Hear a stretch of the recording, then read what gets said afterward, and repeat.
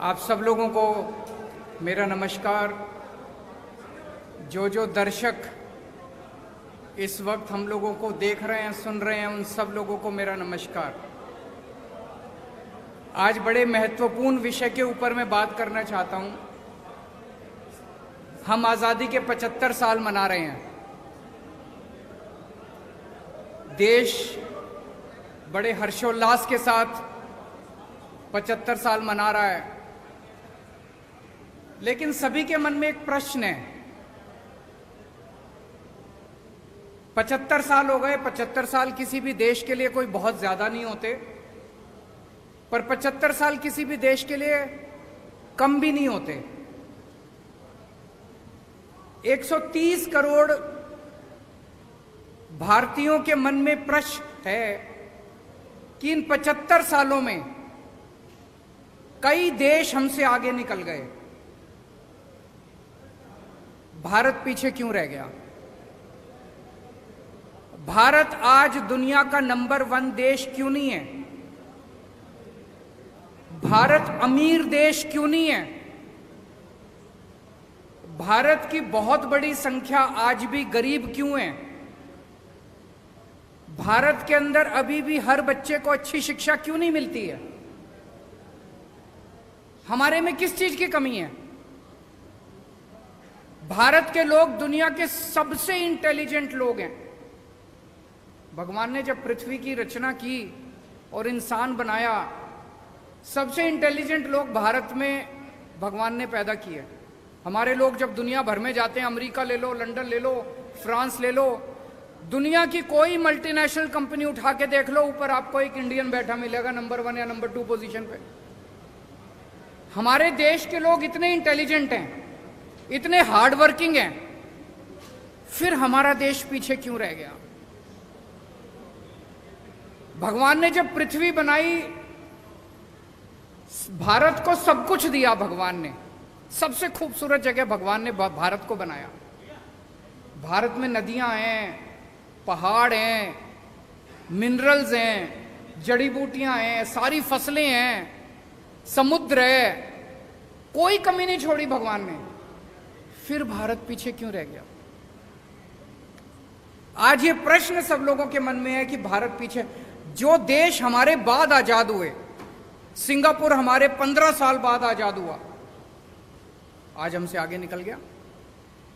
Second world war में Japan ध्वस्त हो गया था, हमसे आगे निकल गया आज। सेकेंड वर्ल्ड वॉर में हिटलर के बाद जर्मनी ध्वस्त हो गया था, आज हमसे आगे निकल गया। हम पीछे क्यों रह गए? कुछ लोग पूछते हैं, can India lead the world? Why not? हमारे पास दुनिया के बेस्ट इंजीनियर हैं, बेस्ट डॉक्टर हैं, बेस्ट किसान हैं, बेस्ट वकील हैं, बेस्ट टैलेंट है दुनिया का। फिर हम आगे क्यों नहीं बढ़ सकते? हमारा सिस्टम खराब है। पिछले 75 साल के अंदर इन पार्टियों और इन नेताओं ने मिलके हमारे देश के अंदर केवल राजनीति की है, गंदी राजनीति की है। इनके भरोसे अगर छोड़ दिया तो अगले 75 साल भी देश को ये आगे नहीं बढ़ने देंगे। अगले 75 साल भी भारत पीछे रह जाएगा। अब उम्मीद केवल एक ही है, इस देश की जनता। अगर 130 करोड़ लोग एक साथ इकट्ठे हो जाएं तो भारत को दुनिया का नंबर 1 देश बनने से कोई नहीं रोक सकता। पूरा देश इकट्ठा हुआ था 1947 में। जब सारा देश इकट्ठा हुआ 1947 में, हमने अंग्रेजों को उठा के बाहर फेंक दिया। आज अगर हम सारे जने इकट्ठे हो जाएं, भारत को दुनिया का नंबर 1 देश बनने से कोई नहीं रोक सकता। उसी मिशन पे हम लोग निकले हैं। हम लोग देश के कोने कोने में जाएंगे, हर राज्य के अंदर जाएंगे और लोगों को जोड़ने की कोशिश करेंगे। लोगों को जोड़ने की कोशिश करेंगे। अगर 130 करोड़ लोगों को जोड़ने का हमारा मकसद है, इसीलिए मेरी सभी लोगों से अपील है, चाहे आप बीजेपी के हो, चाहे आप कांग्रेस के हो, चाहे आप आम आदमी पार्टी के हो, चाहे आप इस पार्टी के हो, चाहे उस पार्टी के हो, पार्टीबाजी नहीं कर रहे हम लोग। हमारा मकसद है जनता को जोड़ना। जो लोग इस देश को दुनिया का नंबर 1 देश देखना चाहते हैं, आप सब लोग इस मुहिम से जुड़िए। इस मुहिम से जुड़ने के लिए इस नंबर पे मिस्ड कॉल करनी है, 95100100। मैं दोबारा रिपीट कर दूं, 95100100। भारत को दुनिया का नंबर 1 देश बनाने का क्या मतलब है? हमें इस देश के हर बच्चे के लिए अच्छी शिक्षा का इंतजाम करना पड़ेगा। हमें इस देश में हर भारतीय के लिए अच्छे इलाज का इंतजाम करना पड़ेगा। हमें इस देश में हर व्यक्ति के लिए बिजली, पानी, रोजगार का, हर युवा के लिए रोजगार का इंतजाम करना पड़ेगा। भाषण देना बड़ा आसान है, मैं भी भाषण दे सकता हूं, दुनिया का नंबर 1 देश बनाएंगे, लेकिन काम करना बड़ा मुश्किल है, बड़ी मेहनत करनी पड़ेगी। और इन सारी चीजों में सबसे इंपॉर्टेंट एक चीज है, वो है शिक्षा। मुझे लगता है 1947 में हम लोगों से एक गलती हुई थी। जैसे ही देश आजाद हुआ, आजाद भारत को सबसे ज्यादा तवज्जो शिक्षा पे देनी चाहिए थी। 1947 में ही हमें मिशन मोड में, वॉर मोड में, हर गांव के अंदर, हर मोहल्ले के अंदर अच्छे सरकारी स्कूल, फ्री शिक्षा, शानदार शिक्षा का इंतजाम करना चाहिए। लेकिन दुख की बात यह है कि आजादी के वक्त भी नहीं किया, और अब 75 साल के अंदर भी हमने शिक्षा के ऊपर उतनी तवज्जो नहीं दी। लेकिन अब और इंतजार नहीं कर सकता भारत। अब हमें वॉर मोड में पूरे देश के अंदर अच्छी और फ्री शिक्षा का इंतजाम करना है। मैंने आज ही चिट्ठी लिखी है प्रधानमंत्री जी को। प्रधानमंत्री जी ने अभी 5 सितंबर को ऐलान किया कि 14,500 स्कूलों को केंद्र सरकार पूरे देश में अपग्रेड करेगी। बहुत अच्छी बात है, हम बधाई देते हैं उनको। लेकिन देश में 10 लाख, 10.5 लाख सरकारी स्कूल हैं। अगर 14,500 स्कूलों को किया जाएगा तो 100 साल लग जाएंगे सारे सरकारी स्कूलों को ठीक करने में। अब भारत इंतजार नहीं कर सकता। 130 करोड़ लोग बेचैन हो रहे हैं। मेरा उनसे निवेदन है, मैंने आज ही चिट्ठी लिखी है प्रधानमंत्री जी को, कि सारी राज्य सरकारों को एक साथ लीजिए और वॉर मोड में, मिशन मोड में हम अपने 10 लाख सरकारी स्कूलों को 5 साल के अंदर ठीक करके दिखाएंगे। इसका प्लान बनाते हैं। सारे सरकारी स्कूलों को शानदार बनाएंगे। दिल्ली में हमने सरकारी स्कूलों को ठीक किया, पूरे देश के अंदर भी ठीक कर सकते हैं। हम उसके लिए तैयार हैं। जो मदद हमसे चाहिए हम उसको करने के लिए तैयार हैं। दिल्ली में हमने कम पैसे में और बहुत शानदार स्कूल बना दिए। अब पंजाब के अंदर मान साहब सरकारी स्कूलों को ठीक करने में लगे हुए हैं, वहां भी ठीक करेंगे। पूरे देश के अंदर अपने को मिलकर करने हैं। देश में इस टाइम एक गलत ट्रेंड चल रहा है। जैसे हरियाणा के अंदर मौजूदा सरकार ने लगभग 190 सरकारी स्कूल बंद कर दिए। उसके पहले की केंद्र कांग्रेस सरकार ने 500 स्कूल, 700 स्कूल बंद कर दिए। इन दोनों सरकारों ने मिलकर पिछले कई सालों में, पिछले कुछ सालों में। सरकारी स्कूल अगर हम बंद करते जाएंगे तो गरीबों के बच्चे कहां पढ़ेंगे? कहते हैं सरकारी स्कूल में बच्चे कम आते हैं, कम आने लग गए। आपने सरकारी स्कूलों का ऐसा बेड़ा गर्क कर दिया कि गरीब आदमी भी अब अपने बच्चों को सरकारी स्कूल में नहीं भेजता। वो अपना पेट काट के 2 टाइम की रोटी कम खा लेगा, प्राइवेट स्कूल में भेजना चालू कर दिया। आप सरकारी स्कूलों को बंद करने की बजाय उनको शानदार बना दो। देखो बच्चे आने लग जाएंगे, अमीरों के बच्चे भी आएंगे। दिल्ली में अमीरों के बच्चे भी आ रहे हैं। तो ये सरकारी स्कूलों को बंद करने का जो सिस्टम पूरे देश के अंदर चल रहा है, ये बड़ा डेंजरस है, बहुत डेंजरस है। देश में 27 करोड़ बच्चे रोज स्कूल जाते हैं। इनमें से 18 करोड़ बच्चे सरकारी स्कूलों में जाते हैं। अगर हमने सरकारी स्कूल बंद करने चालू कर दिए, 18 करोड़ गरीब बच्चे कहां जाएंगे? क्या 18 करोड़ बच्चे अनपढ़ रह जाएंगे? अगर 18 करोड़ बच्चे हमारे अनपढ़ रह गए तो देश कैसे तरक्की करेगा? इन 18 करोड़ बच्चे जो 10 लाख सरकारी स्कूलों में पढ़ते हैं, इनके लिए हमें शानदार शिक्षा का इंतजाम करना है। जब तक वो नहीं होगा तब तक बातें बड़ी बड़ी हो सकती है, लेकिन देश आगे नहीं बढ़ सकेगा। अगर आपके कुछ प्रश्न है तो आप बताइए।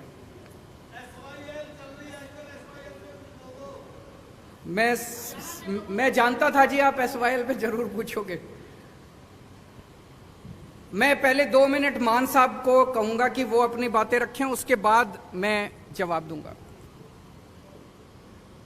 बहुत बहुत धन्यवाद, शुक्रिया सर। देश के सबसे क्रांतिकारी मुख्यमंत्री अरविंद केजरीवाल जी ने जो बातें की हैं,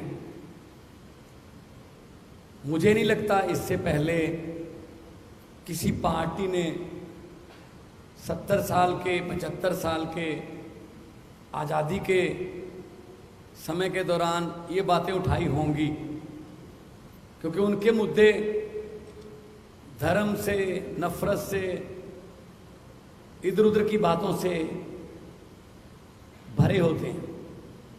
शिक्षा की बात, स्वास्थ्य की बात, बिजली की बात, इंफ्रास्ट्रक्चर की बात, ये सिर्फ आम आदमी पार्टी करती है। जब छोटे होते थे तो अकेला दूरदर्शन चलता था, तो दूरदर्शन पे एक ऐड आती थी, मिले सुर मेरा तुम्हारा तो सुर बने हमारा, और उसमें पूरे देश के सभी वेशभूषा वाले लोगों को सम्मिलित किया गया था। एक पंजाब से भी था जो ट्रैक्टर पे जाता था, कोई तमिलनाडु से भी था, कोई गुजरात से भी था, कोई बंगाल से भी था। तो पूरे देश का सुर मिलेगा तो एक सुर बनेगा। यही बात आम आदमी पार्टी कह रही है कि अगर 123 करोड़ लोगों का सुर मिल गया एक बार, तो वो सुर जो होगा वो देश को नंबर 1 बना देगा। So make India number 1। Ukraine 25-26 साल पहले आजाद हुआ, हमें तब पता चला जब हमें वहां से बच्चे निकालने पड़े।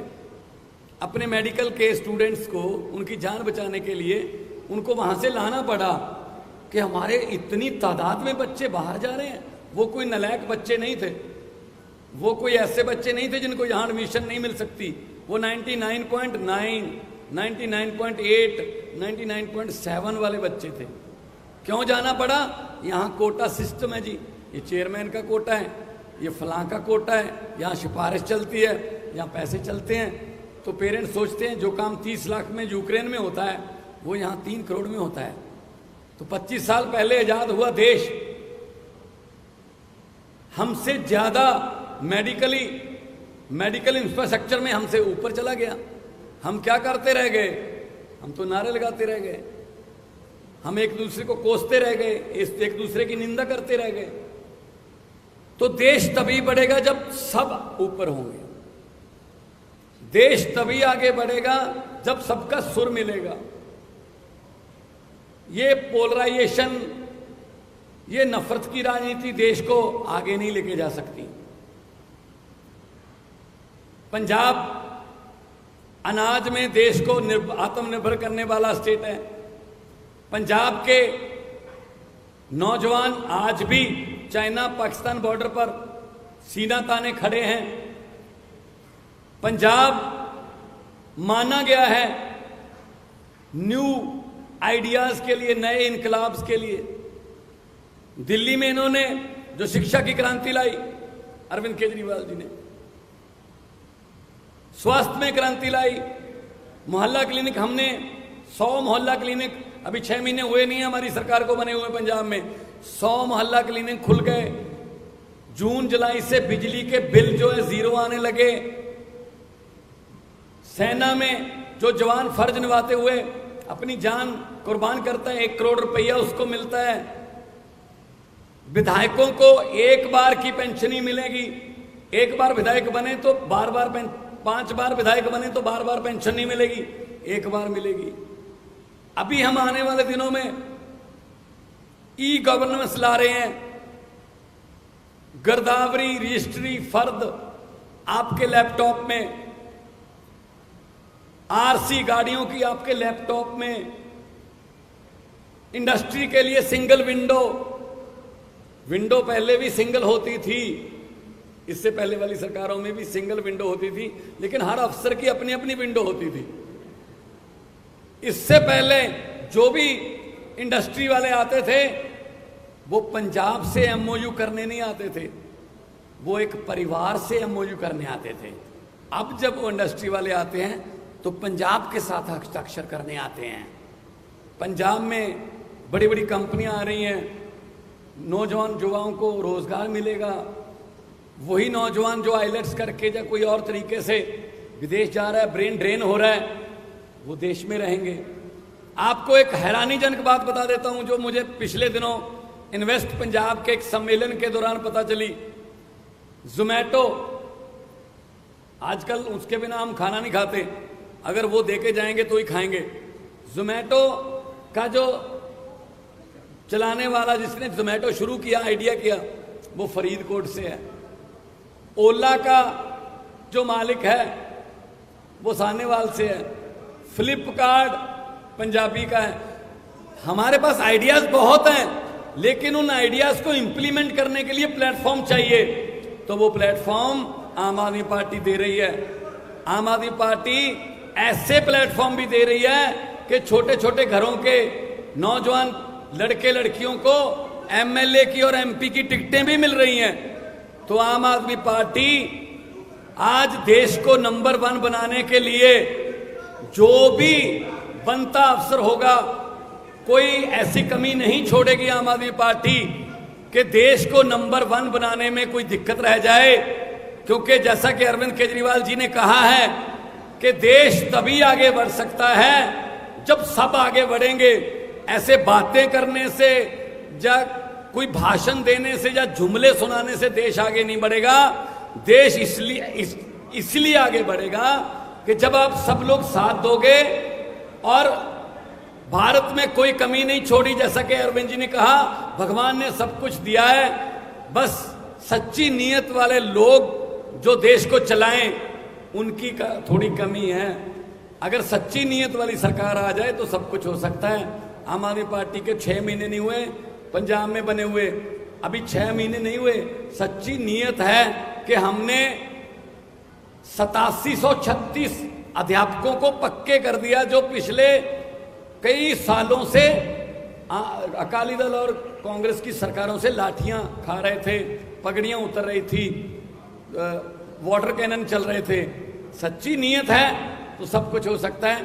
तो मैं आप सबका इस बात के लिए आभारी हूं। आप बहुत ही शॉर्ट नोटिस पर हमारे पास पहुंचे हैं और आपका कोई सवाल हो तो उसके जवाब देने के लिए हम लोग यहां पे उपस्थित हैं।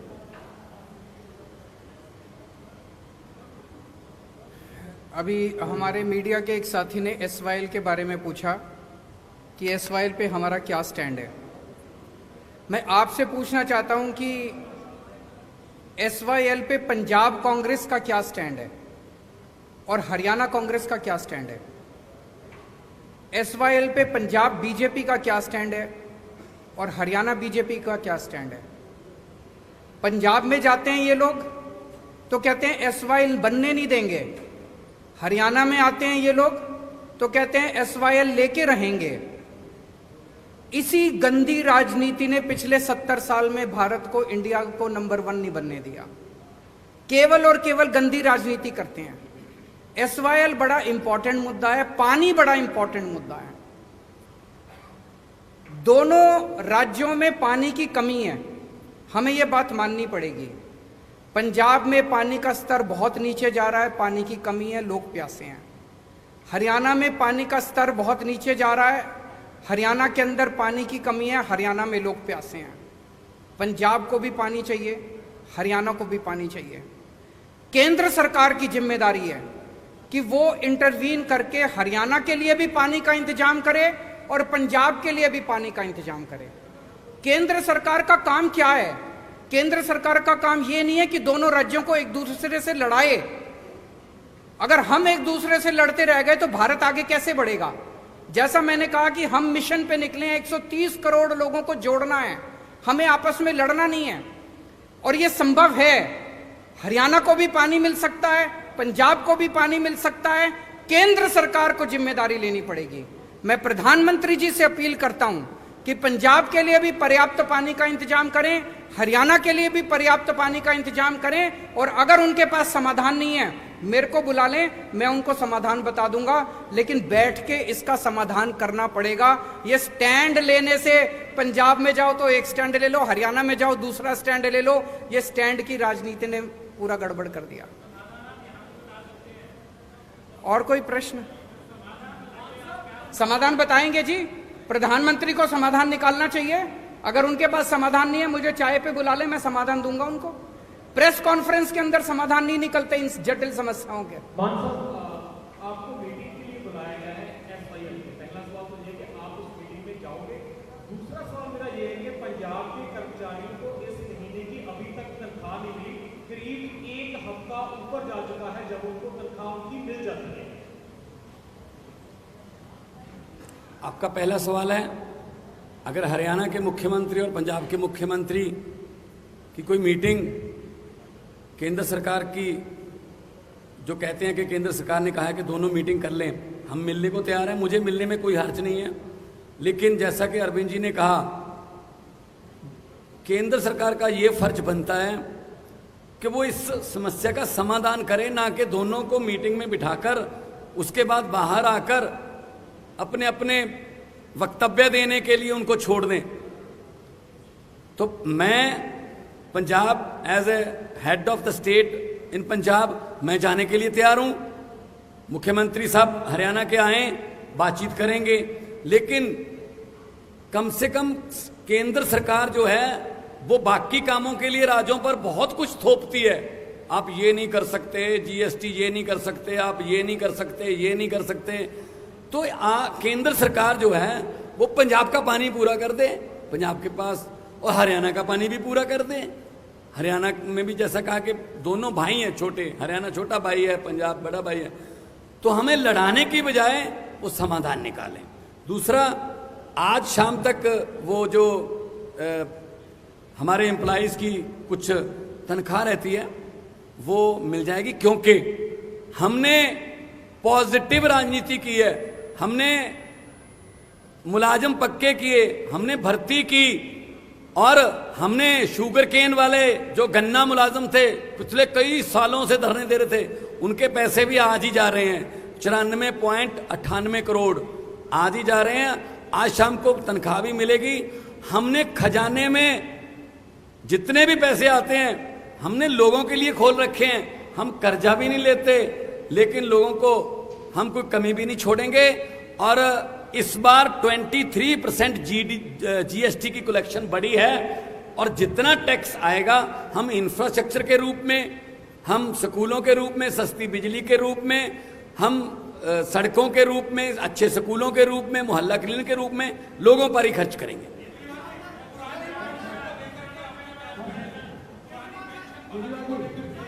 पुरानी पेंशन बहाल होनी चाहिए। जो, एक मिनट, उनसे उनका सवाल वो ले लेते हैं। जो नई पेंशन स्कीम है, ये कर्मचारी, सरकारी कर्मचारियों के साथ बहुत बड़ा धोखा है। पुरानी पेंशन स्कीम लागू होनी चाहिए। केंद्र सरकार ने एक तरह से पूरे देश के ऊपर नई पेंशन स्कीम थोपी थी। मैं आज इस मंच के माध्यम से केंद्र सरकार से अपील करना चाहता हूं कि सारे जितने उसके बाद एम्प्लॉयज़ रिक्रूट हुए जो कि नए पेंशन स्कीम से अफेक्टेड हैं, वो सारे बहुत ज़्यादा दुखी हैं और बहुत गुस्से में हैं। इसीलिए उनके हित के लिए लोग सरकारी नौकरी में क्यों आते थे कि भाई रिटायरमेंट के बाद पेंशन मिल जाएगी, ज़िंदगी भर सिक्योर हो जाती है। अब वो पेंशन ही नहीं मिलती, किसी को कुछ 100 रुपये को कुछ मिल रहे हैं, किसी को कुछ। तो मेरी केंद्र सरकार से गुजारिश है कि पुरानी पेंशन स्कीम को दोबारा बहाल किया जाए। ज़रूर करेंगे।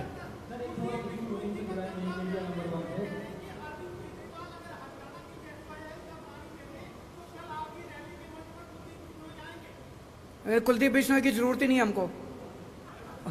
कुलदीप बिश्नोई वहीं रहे, वो किस लिए? आप एक चीज बताओ, मैं आपसे पूछना चाहता हूं, अभी तक वो कांग्रेस में थे, अब वो बीजेपी में चले गए, अपनी पार्टी पहली एमएलए थे, अब भी एमएलए का चुनाव लड़ेंगे, तो क्यों गए हैं? उनके ऊपर इतने सारे केस थे, इतने सारे केस थे, तो वो अपने केस रफा दफा कराने के लिए गए हैं। तो वो जनता से वोट किस लिए मांग रहे हैं अब? वो इसलिए नहीं मांग रहे कि मैं तुम्हारा कुछ भला करूंगा, भला तो पहले कर देते, अभी भी कांग्रेस में ही थे, एमएलए ही थे।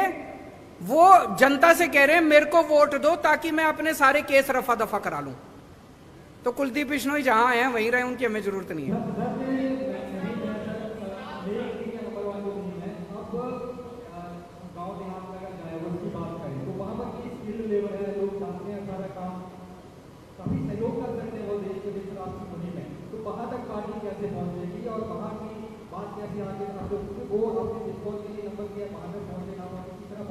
बहुत अच्छा आपका प्रश्न है। इसमें युवाओं को बहुत बड़ी भूमिका अपनानी पड़ेगी। जिस दिन युवा इकट्ठे हो जाते हैं उस दिन किसी भी देश के अंदर क्रांति आ जाती है। इसलिए मैंने एक नंबर जारी किया है। इस नंबर के ऊपर मैंने अभी 10-15 दिन पहले किया था, लाखों लोग ऑलरेडी जुड़ चुके हैं। कई लाख लोग इससे जुड़ेंगे, वो वॉलंटियर्स बनेंगे, वो अपने अपने मोहल्ले और अपने अपने गांव की जिम्मेदारी लेंगे। जब पूरा देश इकट्ठा हो जाएगा तो ये 130 करोड़ लोगों की ताकत बनेगी। जब 130 करोड़ लोग कहेंगे कि हमारे जो स्कूल खोलो, किसी सरकार की हिम्मत नहीं है जो स्कूल ना खोले। इनको अपनी अभी 75 साल में केवल गंदी राजनीति हुई है, काम नहीं हुए। अब काम करने पड़ेंगे। जिस दिन देश के लोग इकट्ठे हो गए, खड़े हो गए, लोगों को काम करने पड़ेंगे। Thank you so much.